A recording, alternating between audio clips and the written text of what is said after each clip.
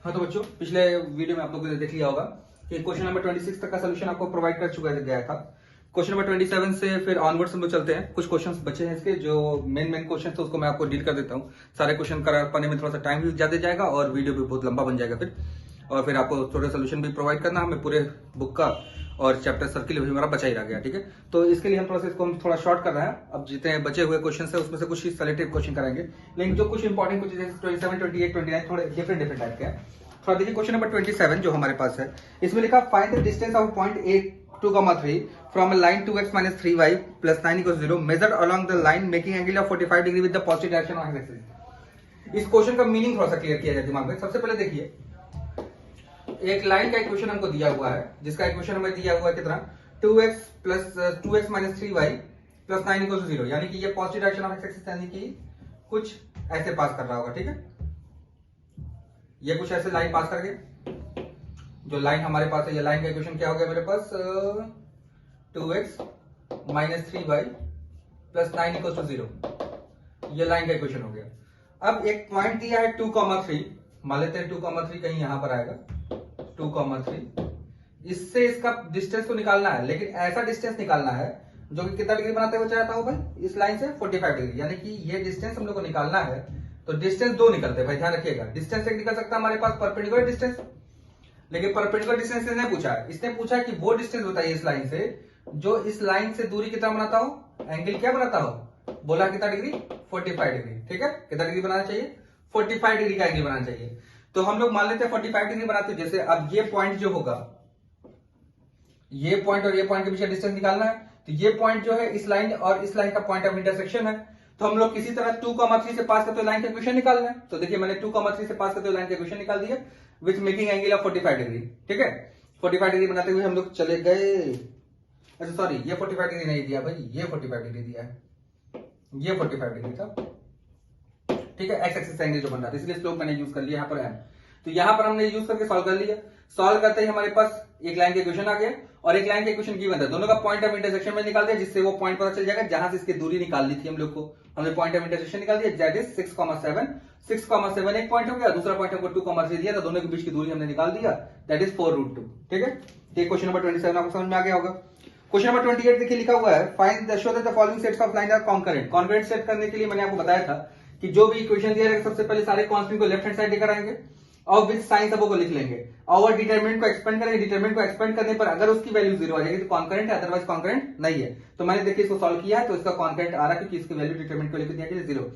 Coefficient देखिए, x का 1, y का -1 और कांस्टेंट का -1, 4, 3, -25, फिर 2, -3 एंड 1। इसको डिटरमिनेंट का एक्सपेंड किया, तो एक्सपेंड करने का तरीका आपको सिखाया जा चुका है। ठीक है, फिर आता है क्वेश्चन नंबर 29 पे। देखिए लिखा find the value of k for which these 3 lines are, क्या लिखा था भाई, कॉन्करेंट। तो कॉन्करेंट है, गिवन है कॉन्करेंट, इसका मतलब इसके डिटरमिनेंट की वैल्यू 0 होगी। तो डिटरमिनेंट की वैल्यू 0 हमने कर दिया और उसका k की वैल्यू फाइंड आउट कर लिया। k की वैल्यू कितनी आ गई, -2। ठीक है, अब देखिए इसमें क्वेश्चन नंबर 30 में लिखा है find the equation of line joining point this and point of intersection of line this and this. तो दो लाइन के क्वेश्चन को साइमल्टेनियसली सॉल्व करेंगे, एक पॉइंट निकलेगा, उस पॉइंट और पहले वाले पॉइंट के बीच का क्या निकाल देना हम लोग को, इक्वेशन निकाल देना है। तो इसमें इधर से कुछ है नहीं हमारे पास खास करने के लिए। हम लोग को देखिए क्वेश्चन नंबर 32 में लिखा है find the equation of perpendicular drop from point this on the line this, also find the foot of perpendicular. तो इस क्वेश्चन की जगह मैं 33 आपको करा देता हूं। 33 में इमेज पूछ दिया है, तो इमेज में ही सब कुछ इंक्लूडेड होता है, थोड़ा ध्यान से देखिएगा, तो इससे आपको क्वेश्चन पूरा क्लियर हो जाएगा। एक ही टाइप के सारे क्वेश्चन होते हैं, सारे क्वेश्चन में एक ही कॉन्सेप्ट लगना है, और इस कॉन्सेप्ट को थोड़ा सा ध्यान बैठा रहिएगा, क्योंकि क्लास 12 में जैसे ही आप आएंगे आपके पास आएगा कोऑर्डिनेट ज्योमेट्री का 3D व्यू का। तो जब 3D व्यू आएगा तो उसमें फिर हमको ये यूज होता है। ठीक है, आइए देखा जाए। जैसे हमारे पास क्वेश्चन नंबर 33 में करा रहा हूं आपको, देखिए एक लाइन दिया है, लाइन से कहा है फुट ऑफ परपेंडिकुलर, बताइए कितना होगा। इसको कहते हैं, इस पॉइंट को हम लोग बोलते हैं फुट ऑफ परपेंडिकुलर। ठीक है, इससे रिफ्लेक्ट होकर जहां इसका ये बनेगा, ये इसका हो जाएगा इमेज। इमेज तब होगा जब लाइन को हम ऐसे क्या ट्रीट करेंगे, मिरर। यानी कि अगर ये पॉइंट दिया है और लाइन का इक्वेशन दिया है, तो मेरा मेन मोटिव हो गया फुट ऑफ परपेंडिकुलर निकालने का। बिना फुट ऑफ परपेंडिकुलर निकालने हम इमेज नहीं पता कर सकते हैं, और इमेज को ही दूसरे वर्ड में क्या बोलते हैं, रिफ्लेक्शन बोलते हैं। क्या बोलते हैं भाई, रिफ्लेक्शन। यानी जो 32 क्वेश्चन में हमसे पूछा था फुट ऑफ परपेंडिकुलर, वो भी हमको इमेज के लिए या रिफ्लेक्शन के लिए उसको निकालना हमारे लिए मजबूरी है। तो क्वेश्चन नंबर 33 में कराता हूं। देखिए इसमें लिखा है find the point image of 1,2। किस लाइन के अलावा बोला निकालने के लिए भाई? x minus 3y plus 4 equal to 0। अब ये लाइन और ये लाइन आपस में क्या है भाई? परपेंडिकुलर। देखिएगा क्या है? परपेंडिकुलर। तो इस पॉइंट से पास करते लाइन का इक्वेशन हो जाएगा y minus 2 equal to m x minus 1। इसको समझने में कोई परेशानी नहीं होगी। इसका अगर मैं आपसे m पूछूंगा तो minus coefficient of x upon coefficient of y बताएंगे तो 1/3 बताएंगे। और ये लाइन इससे पास करते हुए लाइन के क्या है? परपेंडिकुलर। तो इसका जो स्लोप होगा m वो कितना हो जाएगा भाई मेरा? ये मान लीजिए m1 है, यहां पे मान लीजिए m2 है, तो m2 किसके इक्वल हो जाएगा भाई? -3।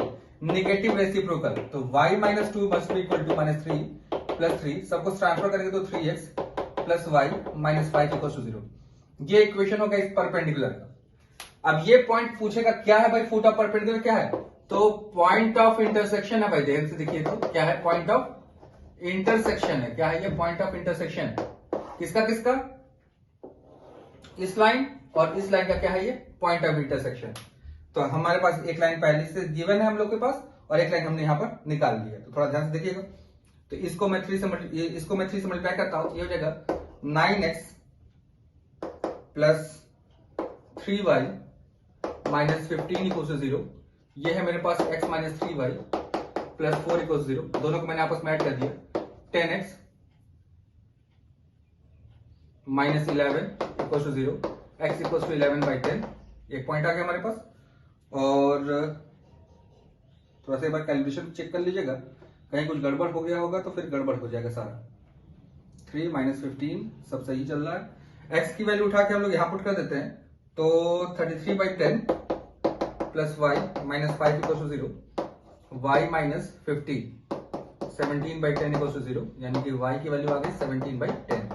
यानी कि जो फुट ऑफ परपेंडिकुलर हमारे पास है दैट इज 11/10, 17/10। ये फुट ऑफ परपेंडिकुलर हो गया। अब इसका हमको इमेज पता करना है, इमेज कितना होगा। ठीक है, तो इमेज पता करने के लिए इसका हम लोग मान लेते हैं ये इमेज अल्फा कॉमा बीटा है। तो हमको पता है कि इमेज इसका मिड पॉइंट होगा फुट ऑफ परपेंडिकुलर। तो मिड पॉइंट थ्योरम लगा देंगे हम लोग। अल्फा प्लस 1/2 इक्वल टू कितने हो जाएगा? 7/10। 2 5 से कट जाएगा। Alpha equal to 11/5 minus 5, sorry 11/5 minus 1, तो हो जाएगा alpha equal to 6/5। Beta plus 1/2 equal to 17/10। यहां से फिर से 5 टाइम्स कट जाएगा, तो बीटा इक्वल टू कितना जाएगा? 17/5 माइनस 1। बीटा इक्वल टू आ जाएगा 12/5। यानी कि इमेज जो हमारा आ गया उसका कोऑर्डिनेट आ गया 6/5, 12/5। थोड़ा एक बार आंसर चेक कर लीजिए फटाक से। अगर कैलकुलेशन सही होगा तो आंसर सही आया होगा, कैलकुलेशन में गलती हो गई तो आंसर में थोड़ा सा डिफरेंस हो सकता है। क्वेश्चन नंबर हमने किया 33 का सेकंड पार्ट 6/5 एंड 7/5। देखिए कहीं कुछ गड़बड़ हो चुका है हमसे। 6/5 तो सही आ रहा है, 7/5 था ये, तो 50 minus 33, 11 3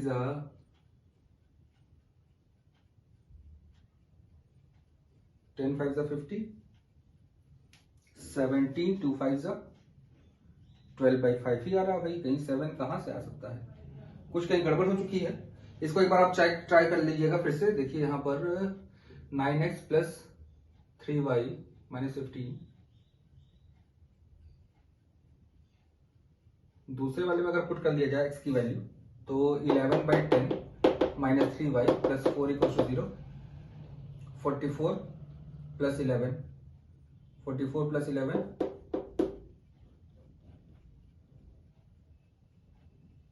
11 minus 3y plus 4 equal to 0, 40 plus 11 51/10 minus 3y equal to 0, तो 3y इक्वल टू 51/10। 3 से 70 टाइम्स ही कटेगा, 17/10 ही आ रहा है y की वैल्यू। और बीटा प्लस सॉरी ओहो यहाँ पे 2 था भाई, ये मैंने 1 ले लिया है। देखिए ये गड़बड़ हो गया था, तो अब देखिए आंसर आ गया। पॉइंट हमारा गड़बड़ मैंने ले लिया था। 5 2 10, 7/5 ये आंसर आपका आ गया। देखिए 7/5, तो ये 7/5 होगा भाई। कैलकुलेशन में यहाँ देखिए बीटा का साथ 2 आना था, मैंने 1 लिख लिया जल्दीबाजी में। देखिए थोड़ा सा ये गड़बड़ होती है, थोड़ा इसको ध्यान से रखिएगा। रिफ्लेक्शन ऑफ पॉइंट, ये भी सेम वही क्वेश्चन हो गया।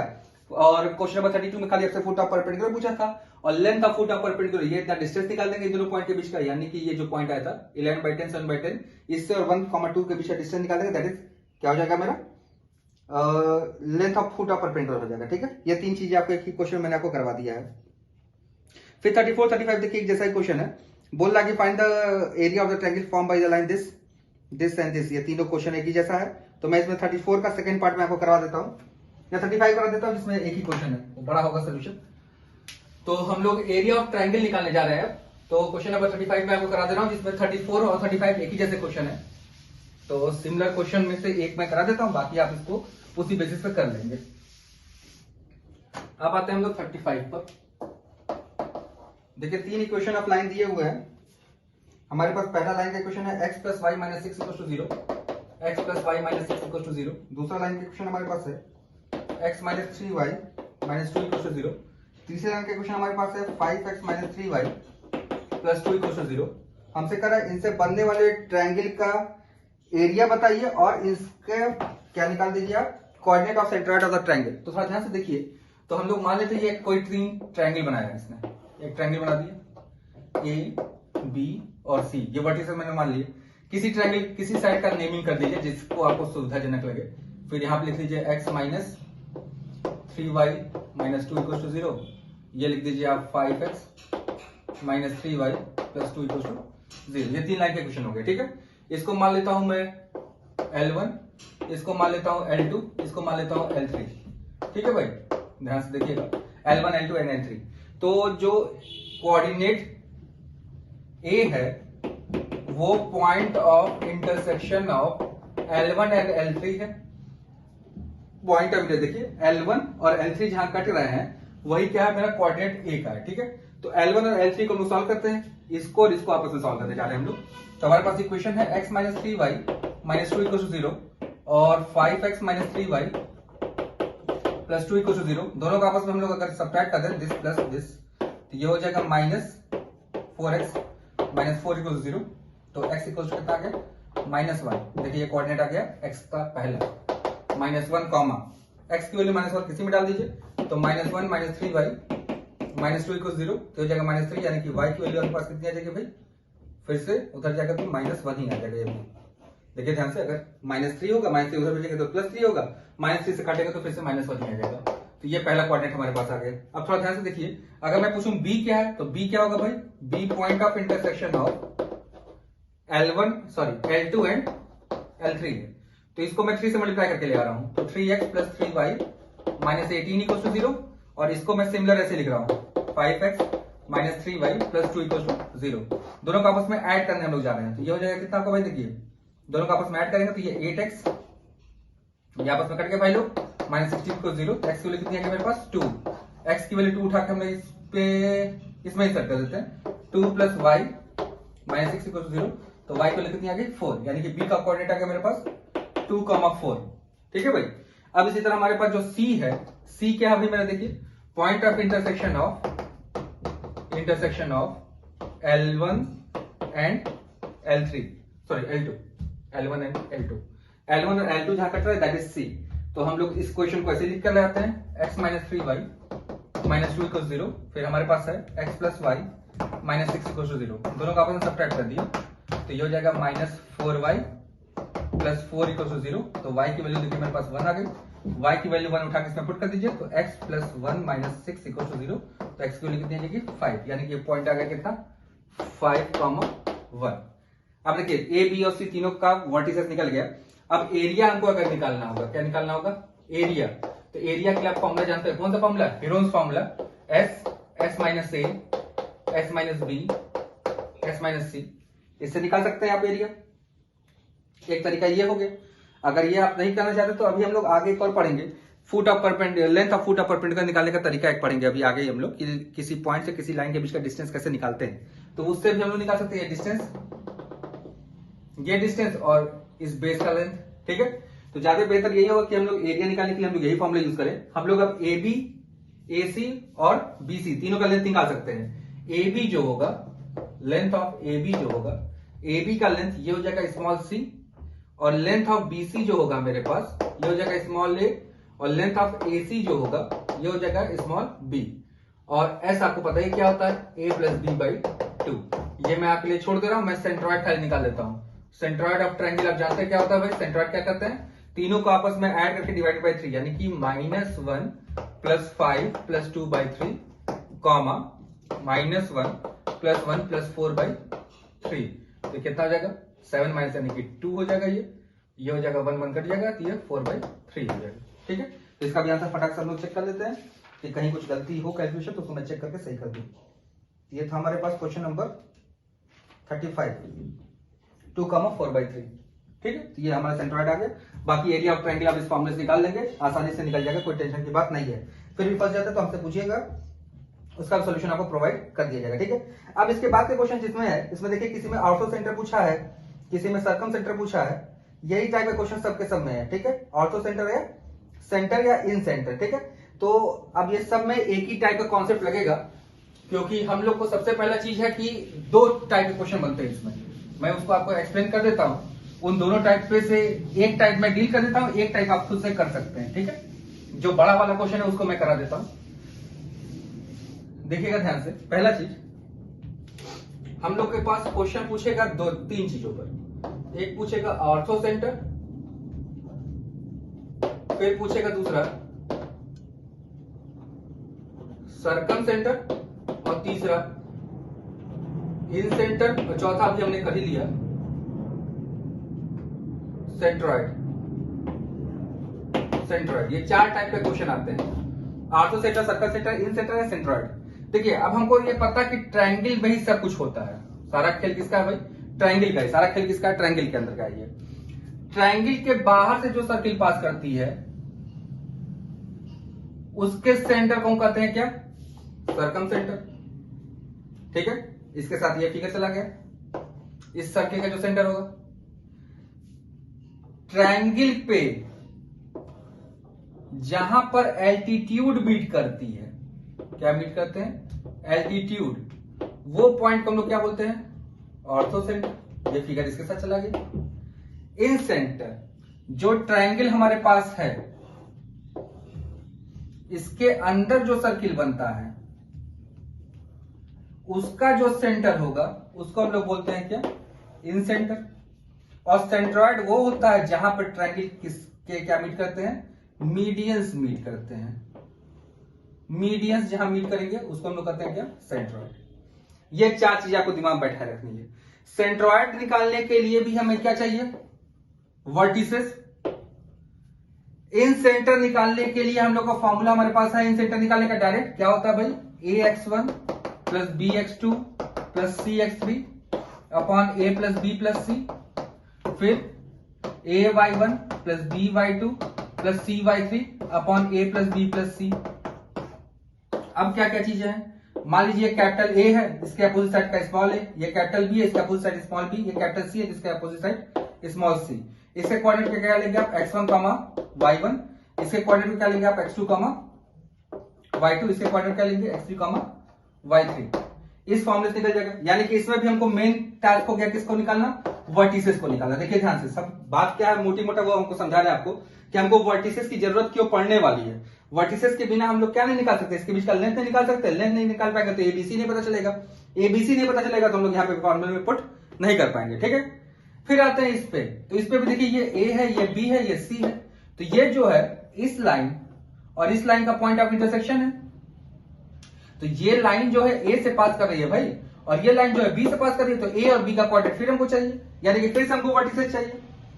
इस वाले पे बात करें अगर, तो इसमें से देखिए ये लेंथ, ये लेंथ, ये लेंथ सब के सब क्या होंगे, रेडियस होंगे, तीनों रेडियस, ए भी रेडियस, ए भी रेडियस और ए भी रेडियस। तो यानी कि इसके लिए भी हमको क्या चाहिए, वर्टिसेस। यानी कि मोटी मोटे तौर पे अगर ट्रायंगल का इक्वेशन हमको ट्रायंगल में तीनों चारों में से कुछ भी निकालना हो, तो अगर सेंट्रॉइड निकालना, incentre, circumcentre, orthocentre, हमारे पास मोटी मोटे तौर पे हमको क्या चाहिए होता है, उसका एक चीज आपको दिमाग बैठा होना चाहिए, हमको वर्टिसेस चाहिए। ट्रायंगल का क्या चाहिए, वर्टिसेस चाहिए। अब वर्टिसेस अगर दे दिया तो हमारा प्रॉब्लम थोड़ा सा कुछ हद तक सॉल्व रहता है, खाली हमको लेंथ निकालना होगा और इक्वेशन निकालना होगा। लेकिन अगर वर्टिसेस की जगह आपसे किसी ने क्वेश्चन में वर्टिसेस की जगह आपको क्या दे दिया, इक्वेशन ऑफ लाइन दे दिया, तो मान लीजिए जैसे हमको सर्कम सेंटर निकालने को दिया, लेकिन ट्रायंगल के इक्वेशन ऑफ लाइन दे दिया सारे तीनों साइड का। तब हमारा एक स्टेप बढ़ जाएगा जिसमें हमको पॉइंट ऑफ इंटरसेक्शन भी निकालना पड़ेगा, क्योंकि बिना वर्टिसेस निकाले हम लोग क्वेश्चन को नहीं कर सकते। जैसे जस्ट पहले वाले क्वेश्चन जो मैंने 35 क्वेश्चन करवाया था आपको, उसमें जब लाइन के इक्वेशंस दिए तो उसको मैंने साइमल्टेनियसली सॉल्व करके क्या बनाया था, पॉइंट ऑफ इंटरसेक्शन निकाला था एक का। तो सेम वही कॉन्सेप्ट यहाँ पे पॉइंट ऑफ इंटरसेक्शन हमको सबको अलग अलग निकालना पड़ेगा। ठीक है, चलिए अब आते हैं हम लोग क्वेश्चन पे। अब ये तरीका आप समझ गए होंगे तीनों में क्या क्या चीजें हम लोग करने वाले हैं। तो आपके दिमाग में अच्छी बैठ जाना चाहिए कि चाहे कुछ भी पूछे, वर्टेक्स अगर हमारे पास गिवन है तो क्वेश्चन कुछ हद तक सॉल्व है। अगर वर्टेक्स की जगह इक्वेशन ऑफ लाइन दे दिया है जिसे ट्रायंगल फॉर्म हुआ है तो क्वेश्चन थोड़ा सा और लेंथी हो जाएगा, क्योंकि हमको पहले पॉइंट ऑफ इंटरसेक्शन निकालना ही पड़ेगा। चलिए अब एक एक पे बेस्ड एक एक क्वेश्चन मैं करा देता हूं आपको। अब जैसे देखिए क्वेश्चन नंबर 36 जो दिया हुआ है, इसमें देखिए लिखा है find the coordinate of ortho centre of triangle form by -1, 3, -2, -1 and 0, 0। In 3 point से पास करते हुए ट्रायंगल जो बन रही होगी उनका ऑर्थो सेंटर हमसे पूछ रहा है। क्या पूछ रहा है हमसे? ऑर्थो सेंटर पूछ रहा है। ठीक है भाई, चलिए अब ऑर्थो सेंटर क्या होता है तो आपको बात समझ में आ गई है, एल्टीट्यूड जहां मीट करते हैं। चलिए तो हम लोग कोऑर्डिनेट एक्सिस बना दिया हमने, थोड़ा सा बढ़ा देते हैं। तो ये 0, 0 हो गया आपके पास एक कोऑर्डिनेट, और एक है 2, चलिए 1, 2, -1, -2, 1, 2, 1, -1, -2। ठीक है, अब हमारे पास है -1, 3, और सॉरी 3 तक जाना भाई, चलिए कोई बात नहीं, एक यहां चले जाते हैं, एक कोऑर्डिनेट यहां पे चला गया। ठीक है, अब एक है 2, -1 यानी कि 2, -1 यानी कि यहां पर आ गया। ठीक है, तो ये देखिए कुछ ट्रायंगल ऐसे फॉर्म हो गया हमारा। ये पॉइंट हो गया 2, -1, ये पॉइंट हो गया -1, 3। ठीक है, ये कुछ ट्रायंगल इस तरह से फॉर्म हुआ, ये ट्रायंगल फॉर्म हो गया हमारा। ठीक है, अब इस ट्रायंगल में हमको वर्टिसेस दे दिया है, हमको क्या निकालना है भाई? इसका इक्वेशन निकालना है किसका? ऑर्थो सेंटर का। तो इस ट्रायंगल को मैं थोड़ा सा, अब ये जो बना था इसको मैं थोड़ा सा बड़ा यहां बना देता हूं। कुछ ट्रायंगल ऐसा बन के आ रहा है हमारे पास 0, 0, और यहां पर आ जाएगा आपको कहीं पर -1, 3, और यहाँ पे कहीं पे 2, -1 लिख दीजिए। ठीक है, ये बस आपको डायग्राम मैंने बना के दिखाया कैसे है ये ट्रायंगल। अब ये परपेंडिकुलर चाहिए हमको और ये परपेंडिकुलर चाहिए हमको, इन दोनों का पॉइंट ऑफ इंटरसेक्शन ही क्या हो जाएगा? ऑर्थो सेंटर हो जाएगा। तो इस पॉइंट, मान लीजिए इसको ए बोल दिया, इसको बी बोल दिया, इसको सी बोल दिया। ठीक है, तो ये जो ए से पास कर रही है, ए से पास करे एंड परपेंडिकुलर टू क्या हो जाए? बीसी। तो पहला टारगेट हो गया स्लोप ऑफ बीसी निकालना हमारा। स्लोप ऑफ बीसी अगर हम निकालना चाहें तो देखिए कितना आएगा, -1, -3 अपॉन 2 + 1 यानी कि हो जाएगा -4/3। ठीक है, तो स्लोप ऑफ, इसको मान लेते हैं डी, एडी कितना हो जाएगा? 3/4। आपको पता है रीजन क्यों? क्योंकि क्या है भाई? नेगेटिव रेसिप्रोकल, परपेंडिकुलर लाइन है। ठीक है, तो इक्वेशन ऑफ लाइन एडी जो होगा y - 0 = 3/4 x - 0 हो जाएगा। तो 4y = 3x, this gives 3x - 4y = 0। ठीक है भाई, चलिए अब आते हैं हम लोग, ये हो गया। अब लाइन थ्रू किसके? Be perpendicular to AC। तो पहले हम लोग स्लोप ऑफ AC निकालेंगे। स्लोप ऑफ AC कितना आएगा मेरा भाई? A और C का स्लोप। तो -1, -0, 2, 0 यानी कि -1/2। तो स्लोप ऑफ, इसको मैं E बोल देता हूं, तो B कितना हो जाएगा मेरे पास? 2। स्लोप ऑफ B 2 हो गया। अब इक्वेशन ऑफ लाइन B निकाल देते हैं हम लोग फटाक से। इक्वेशन ऑफ लाइन B कितना हो जाएगा मेरे पास? y - 3 = 2x + 1। तो हो जाएगा y - 3 = 2x + 2। सबको एक साइड ट्रांसफर कर दीजिए, उस साइड लीजिए, 2x - y - 5 = 0। ये इक्वेशन आ गया हमारे पास। अब इन दोनों का जो पॉइंट ऑफ इंटरसेक्शन होगा that is the ortho centre of the triangle. अब इन दोनों का क्या निकालना हम लोग को? Point of intersection. अब यहां से y की वैल्यू हम निकालनी चाहे अगर, तो y इक्वल टू हमारे पास आएगा 3/4 ऑफ x। ये वैल्यू मैं यहां इंसर्ट करने जा रहा हूं, y की वैल्यू 3/4 x। तो देखिए क्या बन जाएगा क्वेश्चन मेरा, 2x minus 3/4x minus 5 equal to 0, 4 2 8 minus 3 यानी कि हो जाएगा 5x/4 माइनस 5 इक्वल टू 0, 5 से 5 कट जाएगा, x की वैल्यू कितनी आ जाएगी 4।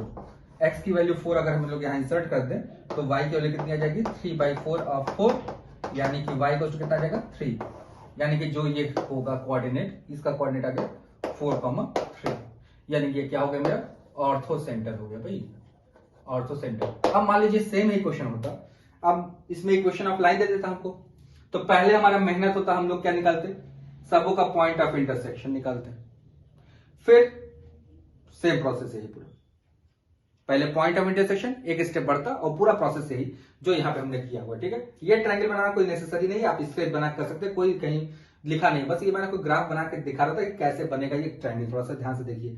ठीक है, कभी कभी होता है ऐसा क्वेश्चन में, कभी आपको लगता है कि हो सकता है ट्रायंगल फॉर्म ही ना करे, तो ये ट्रायंगल फॉर्म करेगा ही करेगा, कोई क्वेश्चन जो भी आपसे पूछे जाएंगे सबके सब कोई ना कोई ट्रायंगल फॉर्म करेंगे ही करेंगे। ठीक है, अब देखिए क्वेश्चन नंबर 37 में फिर हमसे सर्कमसेंटर पूछा है, और फिर हमसे अगले वाले में कॉन्करेंट पूछ दिया तो अलग ही है, इन सेंटर पूछा, सर्कमसेंटर पूछा है। तो मैं 39 और 40 करा देता हूं ताकि आपको ज्यादा बेहतर हो जाए, क्योंकि उसमें इक्वेशन ऑफ स्ट्रेट लाइन दे दिया हमसे, तो पॉइंट ऑफ इंटरसेक्शन भी निकालना पड़ेगा, तो वो हो सकता है थोड़ा सा आप लेंथी देख के छोड़ दें, तो उसको मैं करा देता हूं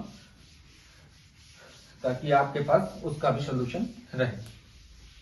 तो सबसे पहले भाई हमने सेंट्रॉइड का सीख लिया निकालना, फिर हमने ऑर्थो सेंटर सीख लिया निकालना, अब भैया कौन आ गए हमारे पास, इन सेंटर भैया आ गए भाई, इन सेंटर। तो अब आते हैं क्वेश्चन नंबर 39 पर। क्वेश्चन नंबर 39 देखिए, तीन इक्वेशन जो दिए हुए हैं, एक दिया है y माइनस 15 इक्वल टू 0, एक इक्वेशन दिया है 3x plus 4y equal to 0, एक इक्वेशन दिया है 12y minus 5x equal to 0। ये तीन इक्वेशन ऑफ लाइन दिए हैं, कहा है इन सेंटर इससे बनने वाले ट्रायंगल का बताइए हमको। ठीक है, क्या निकाले, कहा है इन सेंटर। सबसे पहला चीज, इन सेंटर क्या होता है आपको पता ही चल चुका है। अब ये ट्रायंगल में मान लीजिए तीन तीन लाइन ले लेते हैं हम लोग, एक मान लेते हैं ये y माइनस 15 इक्वल टू 0 है, ये मान लेते हैं 12y minus 5x equal to 0 है, ये मान लेते हैं हम लोग 3x plus 4y equal to 0 है, ये a हो गया, ये b हो गया और ये c हो गया। हमें a b c का कोऑर्डिनेट चाहिए ही चाहिए, क्योंकि हमको लेंथ चाहिए a b और c का। ठीक है, स्मॉल a स्मॉल b और small c which is the length of opposite to the vertices. ठीक है, कैपिटल ए के अपोजिट को स्मॉल ए, कैपिटल बी के अपोजिट को स्मॉल बी, कैपिटल सी के अपोजिट को स्मॉल सी बोलते हैं। तो हमारा पहले पॉइंट ऑफ इंटरसेक्शन निकालना है, फिर से वही L1 लेते हैं, L2 लेते हैं, L3 लेते हैं, तो हम L1 एंड L3 को सॉल्व करने जा रहे हैं। तो y इक्वल टू 15 है हमारे पास, दूसरा इक्वेशन हमारे पास है 3x plus 4y equal to 0, तो इसमें 15 डाल दिया, तो 3x plus 4 into 15 equal to 0, 3 5 15, तो x इक्वल टू कितना जाएगा माइनस 20। देखिएगा सोल्यूशन बहुत ध्यान से, y की वैल्यू 15 आ रही है, इससे y की वैल्यू 15 उठा के यहाँ पुट कर दिया, तो 15 हुआ, 3 से 5 टाइम्स कट गया और 3 और यहाँ से कट गया, तो x इक्वल टू 5 4 20 माइनस 20, यानी कि जो a का कोऑर्डिनेट आ गया मेरे पास माइनस 20 कॉमा 15 आ गया। ठीक है भाई, माइनस 20 कॉमा कितना आ गया 15 आ गया। अब आते हैं हम लोग L2 एंड L3 पर, तो फिर से वही y की वैल्यू 15 हमको दी हुई है, और 12 into 15 minus 5x equal to 0, 5 3 जा 15, x इक्वल टू 36, यानी कि इसका कोऑर्डिनेट आ गया 36 कॉमा 15। अब तीसरे वाले कोऑर्डिनेट पर चले जाते हैं c के लिए, तो ये c का कोऑर्डिनेट कैसे निकलेगा भाई, थोड़ा ध्यान से देखिएगा, L1 एंड L2। ठीक है, तो L1 एंड L2, तो L1 L2 में हम लोग सॉल्व करना पड़ेगा हमें, तो हम लोग यहाँ ले लेते हैं L1 एंड L2 को सॉल्व यहाँ कर लेते हैं। ठीक है, चलिए अब आ जाएगा हमारे पास 3x plus 4y equal to 0, और ये है 5x minus 12y equal to 0। ठीक है, जिससे पसंद आया आपको, यहाँ से x की वैल्यू निकालेंगे, कितनी आएगी 12/5y आ जाएगी, उठा के यहाँ पुट कर देते हैं 3 into 12/5y plus 4y equal to 0। ठीक है, तो ये हो जाएगा कितना आपका 4 3 जा 12। ये देखिए जो भी आएगा आपका पास, इसमें देखिएगा ध्यान से, जो भी क्वांटिटी है y कॉमन ले लेंगे हम लोग, तो एक कांस्टेंट पार्ट आएगा 9/5 प्लस 1 इक्वल 0, यानी कि y की वैल्यू कितनी आ जाएगी मेरे पास 0, तो x की वैल्यू भी कितनी आ जाएगी 0, यानी कि पॉइंट हो गया 0,0। ठीक है, अब ये तीनों वर्टिसेस हमने निकाल लिए, ये थोड़ा देख लीजिएगा ध्यान से, कहीं भी कोई दिक्कत होगी तो पूछ लीजिए भाई, कुछ भी ऐसा जो आप क्लियर ना हो रहा हो दिमाग में, सारी चीजें आपको क्लियर होनी चाहिए। ठीक है, अब हम लोग निकालेंगे क्या, लेंथ ऑफ AC। AC का लेंथ कितना आएगा 400 प्लस 225 यानी कि 25, 625 आएगा 25। AC ही जो होगा, लेंथ ऑफ AC क्या होगा स्मॉल b। फिर हम निकालने जा रहे हैं क्या BC का लेंथ। BC का लेंथ कितना आएगा भाई, अंडर रूट 36 का स्क्वायर प्लस 15 का होल स्क्वायर। ठीक है, तो भाई ये तो बहुत बड़े नंबर्स आ गए, ये हो जाएगा आपका क्या BC का लेंथ जो होगा स्मॉल a हो जाएगा। चलिए फिर आते हैं स्मॉल c पर, स्मॉल c जो होगा किसका लेंथ हो जाएगा AC का लेंथ हो जाएगा, ये हो जाएगा आपको कितना 36 प्लस वो 46 का स्क्वायर प्लस 0 का स्क्वायर, यानी कि तो 46 ही हो गया। ठीक है, ये हमारे पास एक कैलकुलेशन आ गया छोटा सा, इसको मैं कैलकुलेट कर देता हूँ फटाक से, फिर बता देता हूँ आपको। चलिए अब ये जो हमारे पास था 36 का स्क्वायर, 36 इंटू 36 और प्लस हम लोग को करना है कितना 15 का square into 25, 1521 square root of 1521, ये आ जाएगा आपका 39। चलिए ये लेंथ हमारे पास आ गया, हमारे पास सारे के लेंथ ABC हमारे पास आ गया। अब हम लोग को बस फिल कर देना है, तो हम बस x निकाल देते हैं, अब बाकी y आप निकाल लीजिएगा। x क्या होगा ax1 plus bx2 plus cx3 upon a plus b plus c, बाकी भाई आप ट्राई कर लीजिएगा, आसानी से निकल जाएगा। a की लेंथ होगी कितनी 39, 39 के साथ x1 यानी कि -20 प्लस b का लेंथ कितना हो गया मेरे पास 25, x2 कितना हो गया मेरे पास 36 प्लस ये तो 0 ही हो जाएगा, 0 क्यों होगा समझ ही रहे हैं, क्योंकि क्या है मेरे पास x3 क्या है मेरे पास 0 है, और तीनों का लेंथ का सम यानी कि 25 प्लस 39 प्लस 46। ठीक है, इसको मैं कैलकुलेट कर लेता हूँ फटाक से, फिर आपको आंसर बता देता हूँ मैं। आ जाएगा 39 इंटू 20 780, ये हो जाएगा -780 plus 36 into 25 900 upon 25 plus 39 plus 46 110, 900 minus 780, ये तो कुछ अजीब सा आ रहा है भाई, क्योंकि ये 120 अपॉन 110 आ जा रहा है, तो ये 12/11 आ रहा है। एक बार मैं आंसर चेक कर लेता हूँ, फिर देख लेता हूँ कैलकुलेशन कहीं गलती हुई होगी तो उसको मैं करेक्ट कर देता हूँ फटाक से आपके लिए। 11.7 का क्वेश्चन नंबर 39 1, हाँ कहीं कुछ कैलकुलेशन गलती हो गई है थोड़ी सी भाई, फिर से एक बार देख लेते हैं। 25 प्लस 39 प्लस 46 110 ही आ रहा है, 36 इंटू 25 36 इंटू 25 900 ही है, 39 इंटू 780 ही है, तो कहाँ पर गड़बड़ हो गई है इसको थोड़ा सा चेक करना पड़ेगा। लेंथ तो 400 प्लस 206 25 ही हुआ, ये 39 ही है, 46 का 46 ही होगा। A B और C के साथ 46 आएगा, C के साथ 46 का कोई यूज हमारे पास है नहीं। फिर से एक बार चेक कर लीजिए, कैलकुलेशन कहीं गड़बड़ हुई है छोटी सी, जिससे कि वो 120 और 120 या 110 आ जाए ऊपर, वो थोड़ा सा गड़बड़ हो रहा है हमसे। x1 A x2 B, AC का लेंथ B होगा और ये तो C है, लेकिन इसे 0 से मल्टीप्लाई होकर खत्म ही हो जाएगा। ये तो गड़बड़ नहीं दिख रहा कहीं पर भी। 36 प्लस 15 36 का square 36 196 plus 15 into 15 225 36 into 36 plus 225 1251 ही आ रहा है 1251, तो स्क्वायर रूट ऑफ 1521 का 39 ही होता है। कुछ छोटी सी गड़बड़ कहीं पर हो गई है जिससे कि यह आंसर कुछ गड़बड़ हो रहा है। ये 39 जो है यही गड़बड़ कुछ कर रहा है हमारा, फिर से कैलकुलेशन एक बार चेक कर लिया जाए, कहीं कुछ और गड़बड़ तो हमसे नहीं हो गई है। 36 माइनस 0, 15 माइनस 0, ये सही ही है। 20 माइनस 0, 15 माइनस 0, ये भी सही ही है। 400 और 225, ये 46 हो जाएगा, ये 0 हो जाएगा, ये भी ठीक ही है। ओ सॉरी 46 नहीं, ये 56 होगा भाई, यही मैं कर रहा हूँ ना, कुछ गड़बड़ हो चुकी है। ये देखिए 56 हो जाएगा, ये 120 हो जाएगा, ये 120 हो जाएगा, और ये आंसर विल भी कितना आ जाएगा, 1 आ जाएगा। अब देखिए 1 आ गया। अब एक्स वाला आप निकाल दिया मैंने, वाई वाला आपको से निकाल लीजिए। देखिए कैलकुलेशन थोड़ा सी गलती से पूरी गलती हो जाती है। चलिए अब ये आपके पास मैंने निकाल दिया कौन सा, इन सेंटर निकालने का तरीका। अब आते हैं हम लोग सर्कम सेंटर निकालने के लिए, जिसमें इक्वेशन ऑफ लाइन दिया रहेगा। सर्कम सेंटर निकालने के लिए भी प्रोसेस थोड़ा सा लंबा ही है, इसलिए मैं लंबे क्वेश्चन को चूज करके आपको करवा देता हूँ, ताकि लंबे क्वेश्चन आपके ना फंसे रहें। छोटे छोटे क्वेश्चन तो आप लोग खुद से कर लेंगे, लंबे क्वेश्चन को छोड़ देता आदमी। चलिए अब आते हैं क्वेश्चन नंबर 40 लास्ट क्वेश्चन है जो हमारे इस एक्सरसाइज में। बाकी जो क्वेश्चन आपके फंसते हैं फिर हमसे आप कमेंट करके पूछ लीजिएगा, उसको आप करा दिया जाएगा आपको। इसमें बोला सर्कम सेंटर निकालने के लिए 3 इक्वेशन अप्लाई दिए हैं, 3x minus Y plus 3 equal to 0। फिर हमसे दिया हुआ है क्या, 3x प्लस 4y